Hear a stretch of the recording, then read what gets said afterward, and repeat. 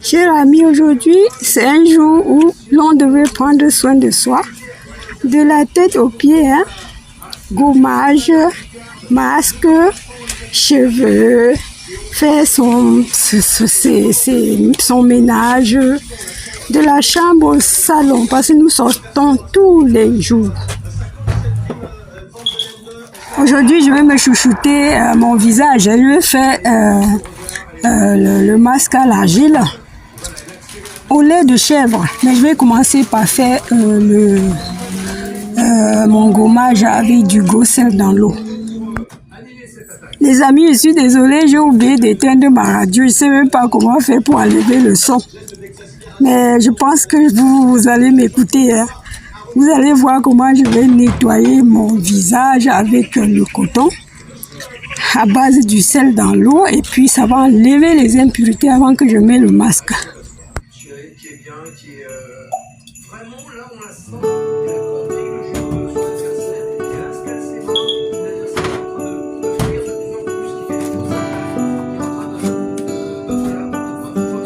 Je vais mettre ce masque-là, la quantité que je veux. Il n'y a pas de dire que 3 ou 5 cuillères, parce qu'on va faire des couches en couches. Si vous avez du temps, mais je vais mettre quelques couches seulement, je n'ai pas assez du temps. Mais il faut la laisser reposer 30 minutes au moins. Bien la tourner pour qu'elle soit pâte, pour qu'elle devienne pâteuse et pas qu'elle soit lolo comme ça. Mais je le mets avec le pinceau. D'autres mettent avec le gant, d'autres mettent avec leurs mains. Moi, je mets avec le pinceau.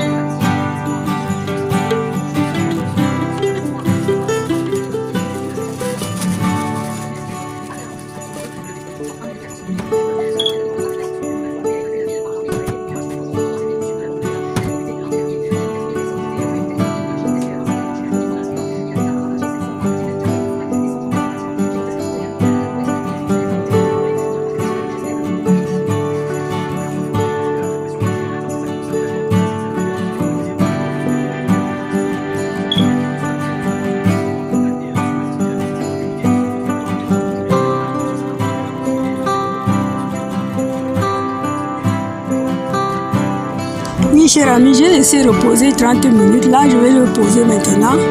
Peut-être 2 couches, hein? Mais toi, tu peux en faire plusieurs couches si tu le veux bien. Avec le pinceau, je trouve ça très, très pratique, hein? Parce que tu ne te salis pas les mains, tu ne salis pas, tu salis rien du tout. Et vraiment, je trouve ça très pratique. Mais c'est à chacun de voir.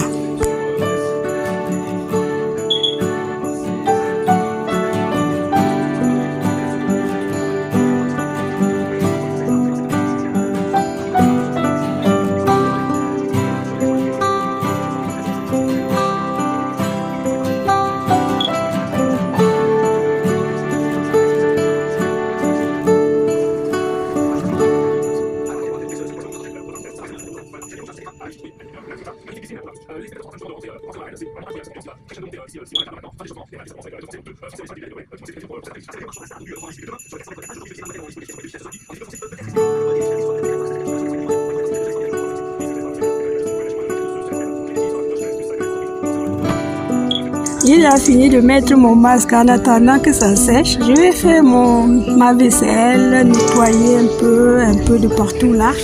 Parce que vraiment c'est mon jour, hein, c'est mon jour, cher ami. Là, j'ai terminé et maintenant, il me faut faire nettoyer les carreaux, le dessus de ma cuisinière et tout. Et puis, ce serait terminé pour aujourd'hui.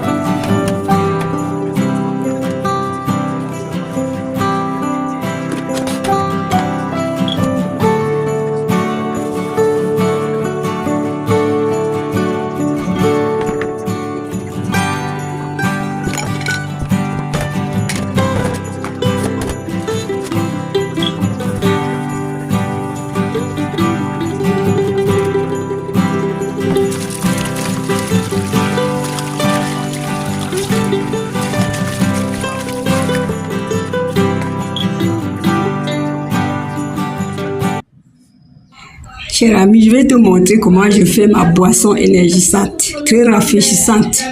Il te faut juste quelques ingrédients. Je vais laisser ça à la barre d'infos et tu le feras aussi, surtout le matin en partant.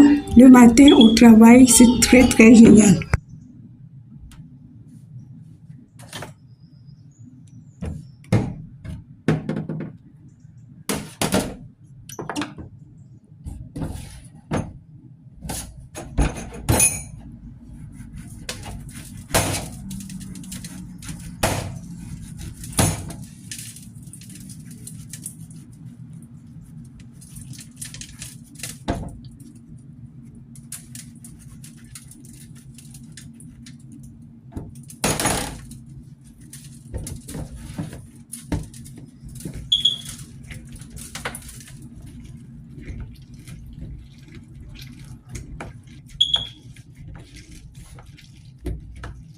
Le réseau ferroviaire à grande vitesse sur les axes nord, sud-ouest et Bretagne. Des retards encore à prévoir aujourd'hui de 1 à 2 heures. Vu l'importance des dégradations, vu l'attaque coordonnée, est-ce que c'est quand même un véritable exploit finalement d'arriver à faire circuler des trains ce week-end?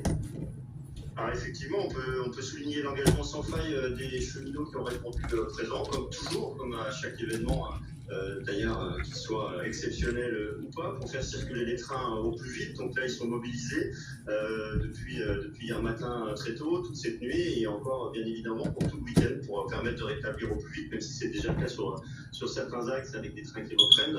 Ils sont sur le pont, effectivement. Avec une forte mobilisation dans un week-end qui était déjà extrêmement chargé, extrêmement tendu, évidemment, ça a tout compliqué.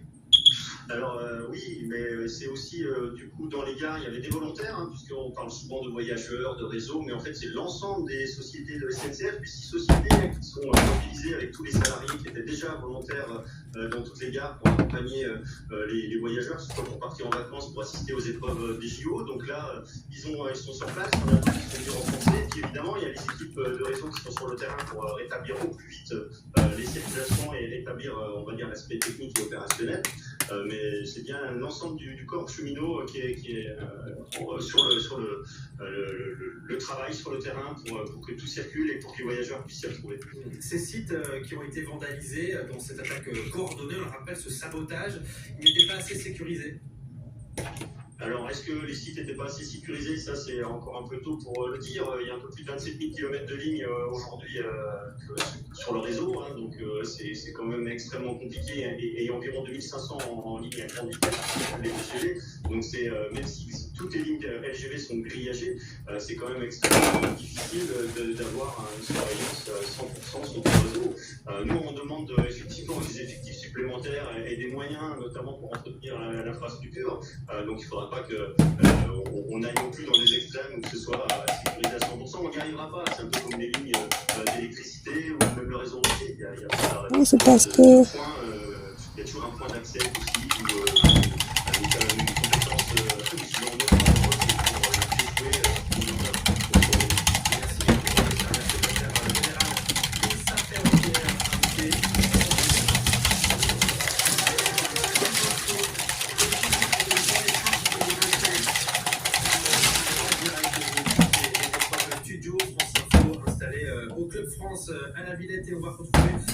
nos yeux sur l'équitation au château de Versailles. Yves Mogg avec Adeline Wirth, la consultante de France Info, un Français est en lice. Oui, il vient de terminer Karim Labouak et ça s'est bien passé pour lui. Il a pris la 3e place du classement provisoire à quelques encablures simplement. J'avais vraiment envie de boire, j'avais soif, mais oubliant que j'avais mis le masque. Pour que j'ouvre ma bouche, c'était difficile. Heureusement que le masque ne peut pas faire du mal. J'ai quand même bu mon jus. Et puis voilà, si tu as aimé cette vidéo, il faut liker, partager. C'est vraiment, j'ai pris cette journée pour vous montrer un peu mes petits les trucs que je fais au quotidien.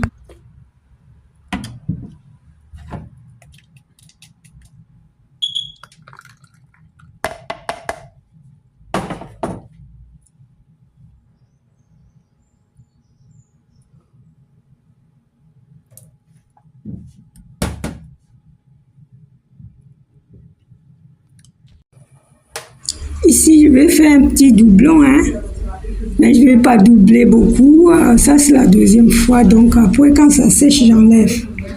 Partagez, likez, dites-moi ce que vous en pensez.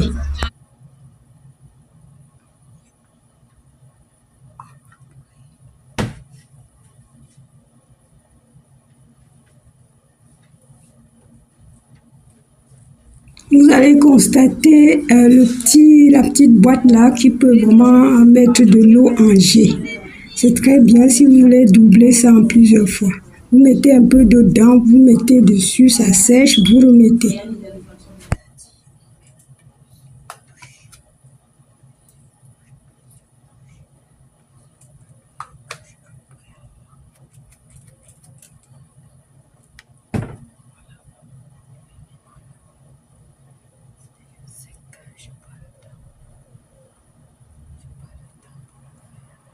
Le réseau ferroviaire à grande vitesse sur les axes nord, sud-ouest et Bretagne. Des retards encore à prévoir aujourd'hui de 1 à 2 heures. Vu l'importance des dégradations, vu l'attaque coordonnée, est-ce que c'est quand même un véritable exploit finalement d'arriver à faire circuler des trains ce week-end? Alors effectivement, on peut souligner l'engagement sans faille des cheminots qui ont répondu présent, comme toujours, comme à chaque événement. D'ailleurs, qu'il soit exceptionnel ou pas, pour faire circuler les trains au plus vite. Donc là, ils sont mobilisés depuis hier matin très tôt, toute cette nuit, et encore bien évidemment pour tout le week-end, pour permettre de rétablir au plus vite, même si c'est déjà le cas sur certains axes avec des trains qui reprennent. Ils sont sur le pont, effectivement. Avec une forte mobilisation dans un week-end qui était déjà extrêmement chargé, extrêmement tendu, évidemment ça a tout compliqué.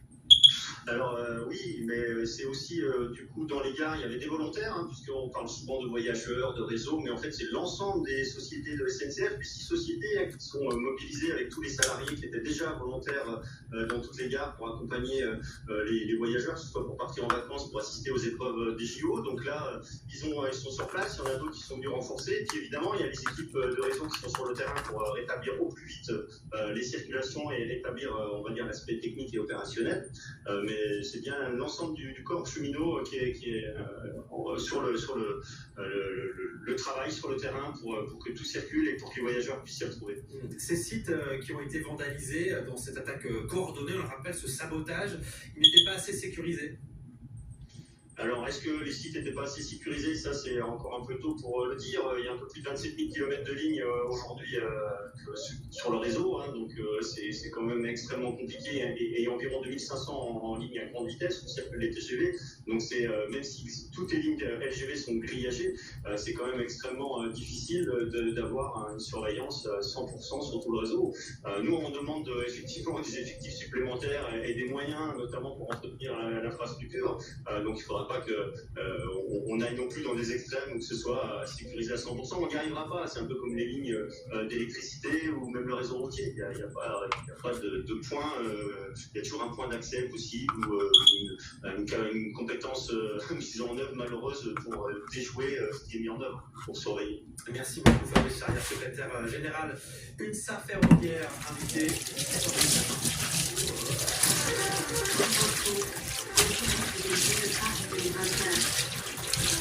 En direct de toutes les les épreuves. Le studio France Info installé au Club France à la Villette, et on va retrouver nos yeux sur l'équitation au château de Versailles. Yves Mogg avec Adeline Wirth. Adeline Wirth, la consultante de France Info, un Français est en lice.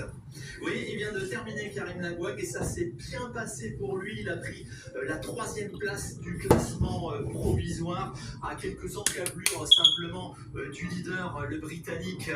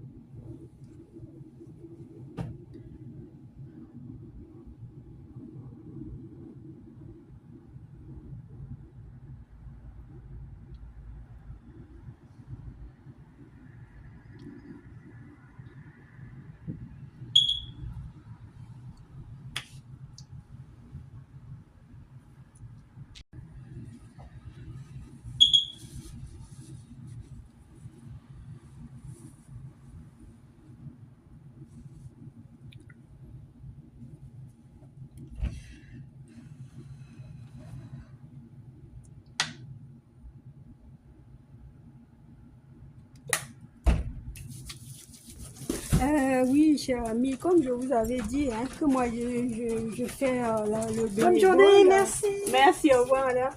Je fais le bénévolat dans ces cours. Je viens d'ouvrir là. On vient d'ouvrir, nous. Hein. On vient d'arriver. Nous sommes à deux. On va faire la permanence de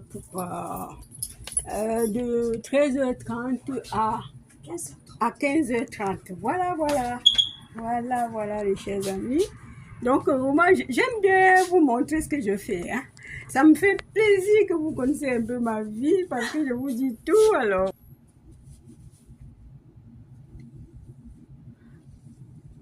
Deux secondes avec ça. De quoi? C'est Qu'est-ce déjà allumé, que tu veux? allumé. Oui, Là, alors? une petite vidéo.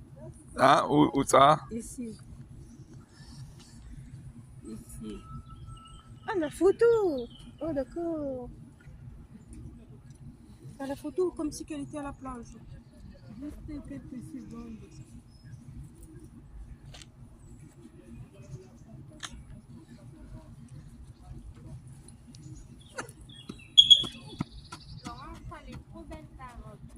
Ah bon?